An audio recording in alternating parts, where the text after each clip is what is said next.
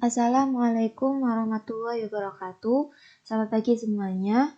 Di sini kami dari kelompok 5 sebagai pembanding dari kelompok 4 akan mempresentasikan tentang geohistory jalur perdagangan masa Romawi kuno di Eropa abad 3 sebelum Masehi hingga 2 Masehi.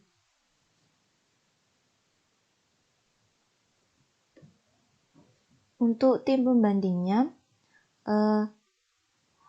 ada Sylvia Dwi Putri, ada saya, Megita Yumarani, dan ada teman saya yaitu Putri Noparianti. Untuk pembahasan paper tadi, latar belakangnya yaitu Romawi kuno adalah salah satu wilayah yang berada di Eropa. Tempat induknya itu kerajaan tersebut terletak di Jazirah Apennina bersama Pulau Sisilia Jazirah Italia. Romawi kuno ini merupakan sebutan peradaban bagi bangsa Romawi yang dimulai dengan berdirinya sebuah kota, yaitu kota Roma. Dengan keadaan geografis dari Romawi kuno ini yaitu sangat mirip dengan kondisi geografis yang dimiliki oleh bangsa Yunani atau peradaban Yunani, di mana keadaan geografis dari Romawi kuno ini dikelilingi oleh pegunungan, sama halnya dengan keadaan geografis dari peradaban Yunani, sehingga dianggap mampu menjadi pengaman dari serbuan musuh lawan. Namun, di wilayah utara Romawi kuno ini terdapat lembah dan sungai yang menghubungkan dengan daerah Eropa Tengah. Dengan keberadaan lembah dan sungai yang dimiliki oleh Romawi kuno ini sangat mempengaruhi dengan munculnya suatu peradaban. Dengan adanya peradaban tersebut dapat ditemukannya yaitu bukti hasil persebaran hasil-hasil kebudayaan.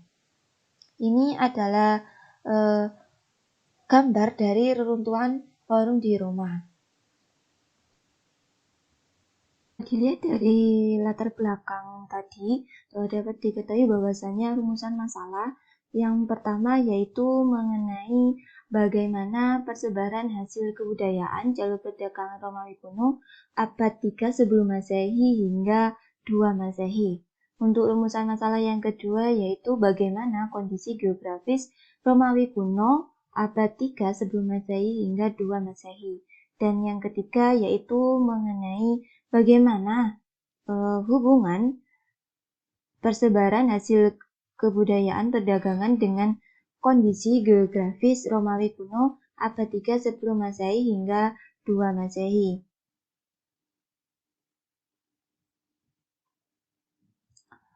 Dengan rumusan masalah tadi dapat diketahui bahwasanya tujuan yang pertama yaitu untuk mengetahui persebaran hasil kebudayaan jalur perdagangan Romawi kuno abad 3 sebelum Masehi hingga 2 Masehi. Yang kedua yaitu untuk mengetahui kondisi geografis Romawi kuno abad 3 sebelum Masehi hingga 2 Masehi. Dan yang ketiga yaitu untuk mengetahui hubungan persebaran hasil kebudayaan perdagangan dengan kondisi geografis Romawi kuno abad 3 sebelum Masehi hingga 2 Masehi.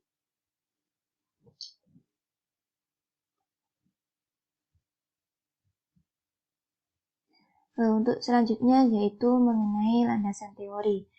Landasan teori ini yang pertama yaitu teori 7 unsur kebudayaan, di mana dilihat dari judul dan permasalahan di atas bahwasanya landasan teori yang digunakan yaitu mengenai sistem mata pencarian hidup, di mana sistem mata pencarian hidup ini difokuskan kepada jalur perdagangan yaitu perdagangan dan pelayaran. Untuk teori peradabannya sendiri, di sini ada dimensi keruangan dan dimensi waktu. Di mana dimensi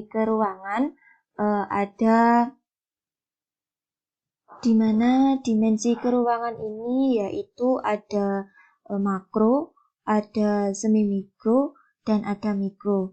Di mana yang makro itu sekitar daerah Mediterania, dan untuk semi makronya yaitu ada di negara Italia, dan untuk wilayah mikronya yaitu di wilayah Roma. Dan untuk dimensi waktunya menggunakan sekitar jalur perdagangan Romawi kuno abad 3 sebelum Masehi hingga 2 Masehi. Untuk teori geohistorinya sendiri yaitu ada model determinasi lingkungan. Dengan model determinasi lingkungan itu dapat diketahui bahwasannya wilayah peradaban Romawi kuno itu berada di sekitar pegunungan. Tidak hanya pegunungan tetapi juga ada laut dan juga sungai. Dengan kondisi alam tersebut, dengan didukungnya dengan adanya iklim dan cuaca, membuat arah angin ini itu menjadi faktor utama adanya kebudayaan yang berupa perdagangan. Baik, selanjutnya adalah peta perdagangan Romawi kuno. Seperti yang dapat dilihat dalam peta tersebut, terdapat 9 titik pelabuhan pada masa Romawi kuno, di mana pelabuhan tersebut dijadikan sebagai tempat singgah dari kapal-kapal perdagangan pada masa itu. Melalui pelabuhan tersebut, maka terjadilah aktivitas perdagangan yang memungkinkan terjadinya persebaran komoditas. Adapun komoditas yang didagangkan pada masa Romawi kuno yaitu anggur atau wine, gandum, produk hewani, tekstil, tembikar, dan bahan pokok.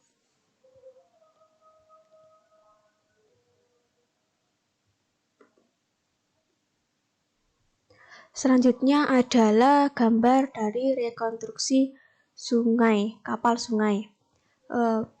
Kapal sungai ini merupakan kapal pembawa tong yang diasumsikan berisikan komoditas perdagangan Yunani Romawi kuno yaitu berupa anggur.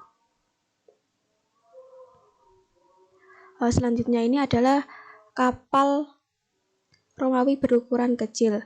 Nah, sebagian besar kapal dagang Romawi berukuran kecil yaitu di bawah 100 ton. Nah, adanya kapal kecil tersebut, maka fasilitas pelabuhan buatan manusia juga kecil dan tidak biasa di Kekaisaran Romawi. Selanjutnya adalah koin. Nah, koin ini ditemukan di Inggris kurang lebih sekitar 100 sebelum Masehi hingga 100 Masehi. Adanya koin tersebut maka dimungkinkan berhubungan dengan Romawi. Karena dihubungkan dengan kehadiran orang-orang Romawi di Inggris Utara. Hal tersebut dikarenakan terdapat benteng Romawi yaitu Chester, Lister, dan Winchester. Selanjutnya adalah Amphitheater Romawi. Amphitheater Romawi ini terdapat di Kartago, di mana Kartago ini merupakan kota paling kuat dan juga paling kaya di wilayahnya dikarenakan kota ini berdekatan dengan rute perdagangan dan juga pelabuhan di Mediterania. Kartago ini adalah pusat jaringan dari perdagangan Venesia dan merupakan salah satu pelabuhan perdagangan pada masa Romawi kuno. Selanjutnya adalah ilustrasi dari pelabuhan Piraeus. Piraeus atau Piraeus adalah pelabuhan kuno Athena selama periode arkaik, klasik, dan Helenistik, di mana Piraeus ini terdiri dari 3 pelabuhan terpisah yaitu Kantaros, Zeia, dan juga Munincia. Pelabuhan Piraeus tersebut digunakan untuk kegiatan komersil. Sementara bagian dari Kantaros dan 2 pelabuhan kecil lainnya ini dicadangkan untuk penggunaan militer guna menampung armada besar Athena. Pelabuhan ini memungkinkan menjadi pelabuhan yang lebih luas di sepanjang zaman kuno di Yunani dan juga Mediterania.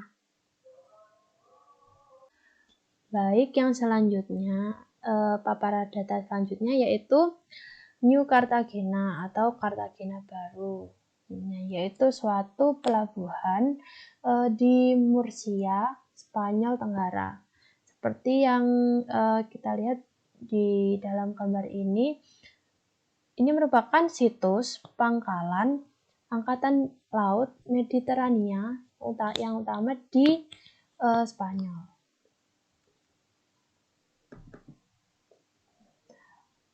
untuk kondisi geografis Romawi kuno ini pada abad 3 sebelum Masehi sampai 2 Masehi, ini wilayah di sebelah utara Italia itu dibatasi dengan pegunungan Alpen, dan di wilayah barat laut itu dibatasi dengan Prancis yang topografinya itu berupa lembah daratan pantai yang sempit.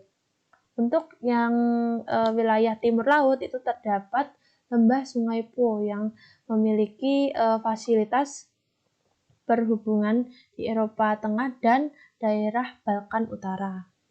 Untuk wilayah selatan ini terdapat lembah Campania yang terkenal dengan kesuburannya.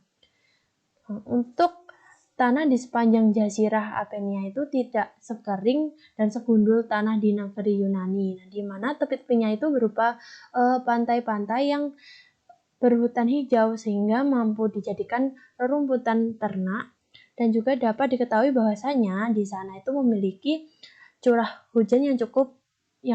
Nah, dikarenakan jenis iklimnya di Mediterania ini memiliki ciri mengalami musim dingin yang sejuk dan lembab, dan juga musim panas yang cenderung kering. Nah, di Italia ini terdapat Sungai Tiber, yang mana sungai tersebut itu membentuk sebuah lembah.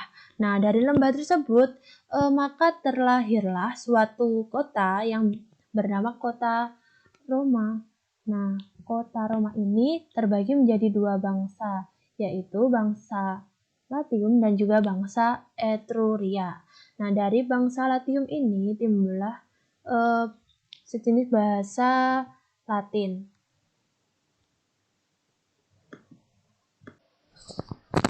Nah, untuk selanjutnya yaitu hubungan kondisi alam dengan perdagangan Romawi kuno pada abad ketiga sebelum Masehi sampai 2 Masehi. Nah, untuk navigasi di Roma kuno itu tidak bergantung pada instrumen canggih seperti kompas atau GPS, tapi pada pengalaman langsung, pengetahuan lokal, dan juga pengamatan fenomena alam. Nah, mereka berlayar dengan mencatat posisi mereka relatif terhadap rangkaian landmark yang dapat dikenali dan petunjuk arah berlayar yang digunakan. Nah, ketika kondisi cuaca tidak bagus atau di mana daratan tidak lagi terlihat, pelaut Romawi memperkirakan arah dari bintang kutub atau dengan akurat, yaitu dari matahari pada siang hari. Nah, mereka juga memperkirakan arah relatif terhadap angin dan gelombang besar. Waktu perjalanan di sepanjang banyak rute pelayaran bisa sangat bervariasi tergantung arah angin. Nah, jadi kondisi alam berupa iklim, yaitu cuaca dan angin, itu mempengaruhi pelayaran dan perdagangan pada masa Romawi kuno. Nah, dari pembahasan yang telah kami paparkan, jadi kami menarik kesimpulan. Nah, dengan ditemukannya situs-situs hasil kebudayaan seperti kota Kartago, pelabuhan Kartago, koin-koin di Inggris, dan juga ilustrasi pelabuhan Piraeus, kayak rekonstruksi kapal sungai pembawa tong, dapat diketahui bahwasannya terdapat hasil kebudayaan dari sistem mata pencaharian berupa perdagangan dalam peradaban Romawi kuno. Hal tersebut terjadi karena adanya dukungan alam yang ada di sekitar peradaban Romawi kuno itu berada. Jadi dari bagan tersebut peradaban Romawi kuno ini muncul karena adanya tiga teori, yaitu yang pertama teori 7 unsur kebudayaan yang meliputi sistem mata pencaharian hidup, di mana perdagangan dan pelayaran itu sehingga menghasilkan suatu hasil kebudayaan. Dan yang kedua yaitu teori peradaban, di mana terdiri dari dimensi waktu, yaitu pada abad ketiga sebelum Masehi sampai 2 Masehi. Untuk dimensi periangan yaitu dari makro itu lingkupnya yaitu Mediterania, semi makro itu negara Italia, dan mikro itu kota Roma. Untuk teori yang ketiga yaitu teori geohistory, di mana faktor alam mempengaruhi secara penuh munculnya suatu hasil kebudayaan. Dengan adanya ketiga teori tersebut, terciptanya suatu geohistory persebaran hasil kebudayaan jalur perdagangan peradaban Romawi kuno di Eropa pada abad ketiga sebelum Masehi sampai 2 Masehi. Baik, terima kasih dari kelompok kami. Sekian, wassalamualaikum warahmatullahi wabarakatuh.